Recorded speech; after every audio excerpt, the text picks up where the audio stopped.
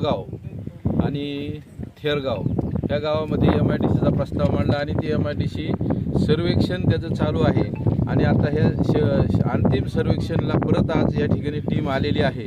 पण या ठिकाणी लोकसभेच्या इलेक्शनमध्ये आपले इथले प्रतिनिधी पवार या ठिकाणी आले आणि जर कोंबडी या ठिकाणची MIDC होत असेल किंवा झाली तर मी कोर्टात जाऊन त्याला स्टे घेऊन ती MIDC बंद पाडणार आहे। मी या ठिकाणी MIDC होऊन देणार नाही। म्हणजे आमच्या गावात येऊनच आमच्यावर इथं त्यांनी हे केलं तर त्याचा आम्हाला खूप मोठा पश्चाताप होतो की त्यांना ह्या ठिकाणी आम्ही आमदार करून, कारण आमच्याच गावात येऊन आमची जी चाली होणारी किंवा बेरोजगारांचा जो प्रश्न आहे तो सुटणार आहे। या ठिकाणी सगळ्याच ह्या ठिकाणी लोकांना काम मिळणार आहे, तरुणांना काम मिळणार आहे। या ठिकाणी MIDC होते म्हणजे हा चांगला विषय असताना त्यांनी या ठिकाणी ओपन त्याला विरोध आणि चॅलेंज दिले की कशी जी MIDC होऊन देणार नाही आणि कोर्टातून असा लोकप्रतिनिधी निवडून देऊन आम्हाला त्याचा खूप मोठा पश्चाताप होतोय आणि अशा ह्या आमदाराचं आम्ही सगळ्या परिसराच्या वतीने जाहीर असा निषेध करतोय।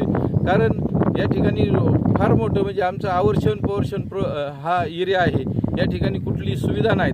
पाणी देतो म्हणले तर ती तुकाई चारी बंद पाडली आणि ती सुद्धा पूर्णत्व गेली नाही। 5 वर्ष उलटून गेले। आम्ही कॅनलने पाणी देऊ त्यावेळी त्या तुकाई चारी जी होत होती त्याला नावं ठेवली की ह्या फुकण्यातून पाणी येणार नाही आणि तीच MIDC होत असताना शिंदे साहेबांनी राम शिंदे साहेबांनी MIDCसाठी खूप मोठा प्रयत्न करून आमच्या भागाला न्याय देण्याचा प्रयत्न केला।